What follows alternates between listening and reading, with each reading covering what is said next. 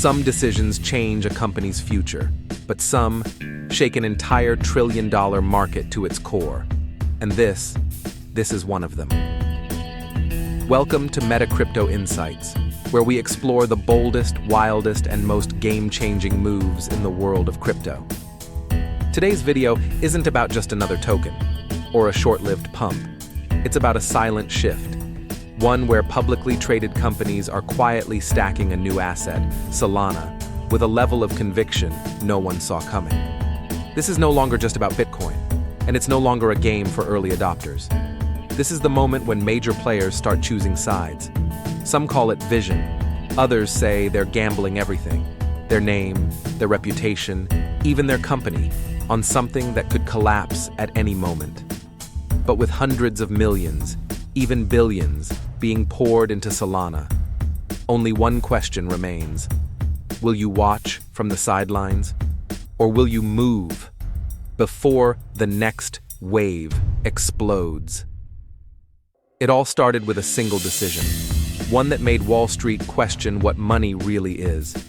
In 2020, while the world was paralyzed by a global pandemic and central banks were printing money without control, Michael Saylor, CEO of MicroStrategy, did something no one saw coming.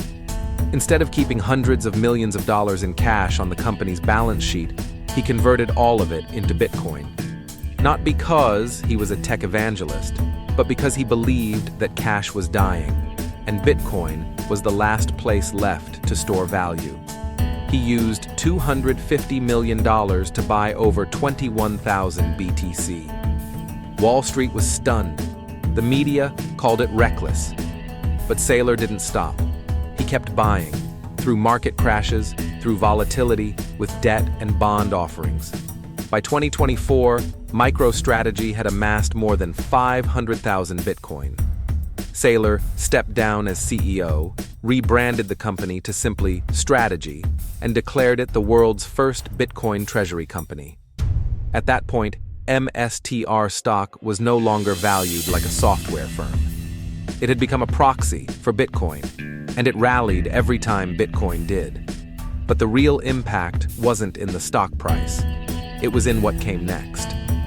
Strategy became the blueprint for a new kind of corporation, one that used crypto not as a side bet, but as a core pillar of its financial identity. A publicly traded company, real, regulated, answerable to shareholders, had bet its future on a decentralized digital asset, and it worked. That story triggered a wave. Mining firms like Mara and Riot followed. Non-tech firms like Simler in the US and Metaplanet in Japan began accumulating Bitcoin too. Some bought directly. Others used surplus cash or raised capital through bonds and stock offerings. Slowly, a pattern formed. Companies weren't just buying Bitcoin, they were building around it. This is where the idea of a Bitcoin treasury strategy took shape. Not just an investment, a shift in financial philosophy, a redefinition of how value is stored and measured, no longer in dollars, but in sats. From that moment on, Bitcoin wasn't just a hedge, it was a declaration. And as more companies followed, a new question quietly emerged in the background. Is Bitcoin the only one? Because while Bitcoin was being held, Solana was being built. Solana offered something Bitcoin couldn't: speed, scalability, ease of use, and most importantly, yield. While Bitcoin sat in cold storage, Solana could be staked, validated, and monetized. For some companies, that changed the equation. If Bitcoin was digital gold, Solana was digital infrastructure, and that opened a new door. The first wave of companies began quietly stacking SOL. But they weren't just holding. They were staking to earn returns. They were setting up validator nodes. They were restructuring their corporate balance sheets around Solana's architecture. It wasn't about speculation. It was about building a foundation. Just like Saylor had done years earlier with Bitcoin, only now the playbook was evolving. Solana wasn't just an asset. It was becoming a financial operating system, one that traditional companies could plug into and grow with. This wasn't just a trend, it was a shift. One that suggests a deeper truth, that maybe, just maybe, Wall Street is done watching from the sidelines. And, with Solana, they're starting to choose sides. After MicroStrategy and the initial wave of Bitcoin buying, the real question shifted from who's next to what's next. And more, the answer was Solana. It started quietly, with unfamiliar names like Sol Global, Cypherpunk Holdings, Genova, and Torrent Capital. But beneath the surface, something serious was happening. These weren't hype-driven crypto startups. They were publicly traded companies, real firms with real boards, redirecting serious capital toward a strategy built entirely around SOL. Not as a side bet, but as a core part of their financial structure. Sol Global, once a biotech firm, pivoted into crypto just months after Solana's white paper dropped. They accumulated over 40,000 SOL and staked it to earn yield. Cypherpunk Holdings went further. They didn't just buy SOL, they renamed the company Sol Strategy, a direct nod to MicroStrategy. But instead of hoarding tokens, they staked nearly all of them using internal validators. They didn't just hold SOL, they lived off it. Genova made an even bigger move. After being acquired by former Kraken execs, the company purchased nearly 320,000 SOL, rebranded to DeFi Development Corp, and raised $42 million to expand its validator infrastructure. Its stock surged over 2,000%. Even Torrent Capital quietly joined the shift. Slowly but surely, they accumulated and staked over 40,000 SOL. Not a flashy move, but a focused one. What ties them together is the strategy. None of these companies screamed for attention, but their actions were deliberate. They weren't just buying SOL, they were building entire ecosystems around it. Sol Strategy raised $500 million in a private bond sale to buy even more SOL. DeFi Dev Corp announced plans to raise $1 billion, and AXI, a company with zero prior crypto exposure, said it would allocate 90% of a $100 million raise to build a Solana treasury. Its stock, UPXI, jumped 850% in a single day. These weren't moonshots. They were structured financial shifts. Quiet, strategic, long-term. And it matters, because unlike Bitcoin, Solana is inflationary. Around 27 million new SOL are minted each year. But when you add up the SOL already held by these companies, and the capital they've committed to buying more, the total approaches 11 million. That's nearly half of the new annual supply. Now add in the potential launch of spot Solana ETFs from firms like BlackRock, Fidelity, and Franklin Templeton. If those ETFs attract just $5 billion, similar to Ethereum's ETF inflows, they could lock up another 35 million SOL. That would overwhelm Solana's new supply and trigger a true supply shock. This is what Wall Street's pivot really means. Not speculation, not hype, but real capital, moving quietly, moving early, and going all in on Solana. The only question left is whether they're simply getting started and what they're planning next. Behind every major shift in capital, there are people willing to take risks, sometimes bold, sometimes reckless. And the Solana story is no different. At the center of this wave are individuals who aren't just buying SOL, they're betting their careers on it. Names like Joseph Onorati, Parker White, and Leo Wald may not be familiar, but the choices they made have completely redirected their professional paths. They're not casual investors.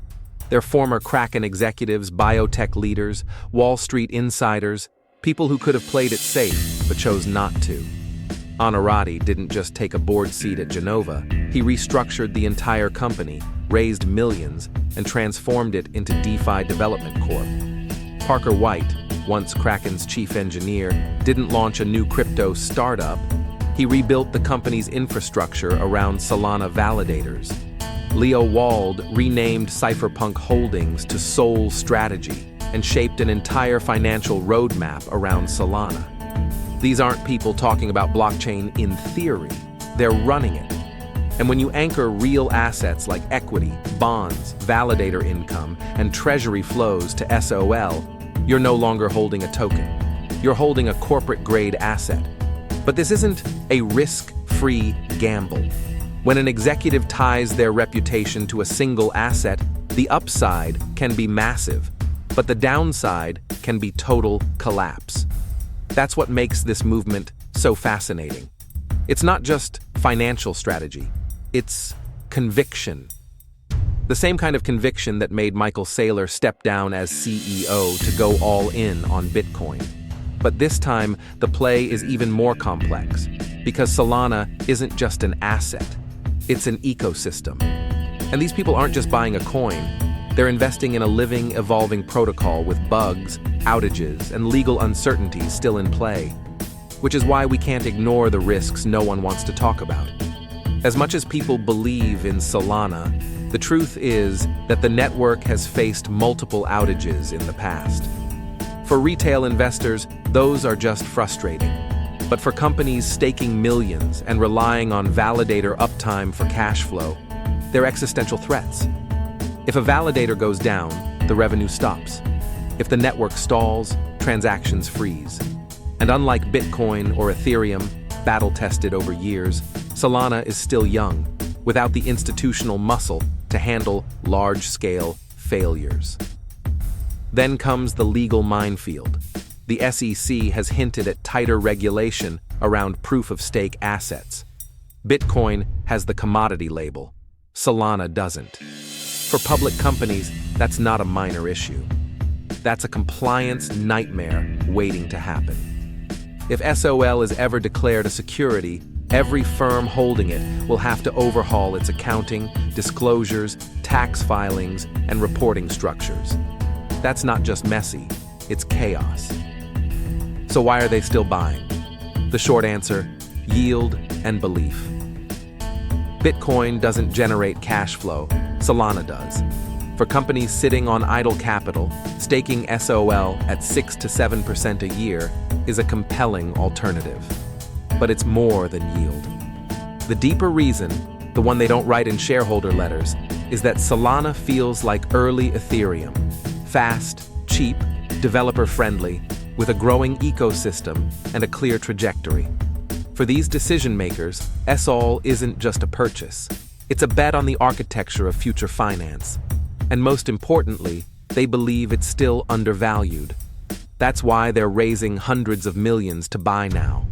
Before the ETFs, before the retail flood, before early is no longer early. Step back, and you'll see this isn't just a trend. It's a quiet revolution. A wave of public companies is building institutional-grade exposure to an asset once dismissed as too volatile, too risky, too unconventional. They're not just buying, they're building. And they're doing it before regulation is clear, before big funds arrive, and before the masses catch on. That alone says everything. Solana might succeed, it might fail, but one thing's certain, the lines between traditional finance and Web3 are blurring fast. And unexpectedly, Solana is becoming the bridge. And for us, this isn't just another crypto headline. It's a lesson about belief, capital, and timing. About how a few big decisions made quietly can reshape the game. Today, you don't need to be deep in crypto to be early. You just need to watch where smart money is going and ask why. That's the real takeaway here. Not to follow blindly, but to look deeper. To challenge what we think is safe, logical, or real. Because the next financial revolution might not come with a press release. It might already be happening. Validator by validator, node by node, silently embedded in balance sheets you've never heard of. As always, this isn't financial advice, just one piece of the story. The decision is yours. Be the kind of investor who thinks deeply, moves wisely, and refuses to be the exit liquidity in someone else's plan.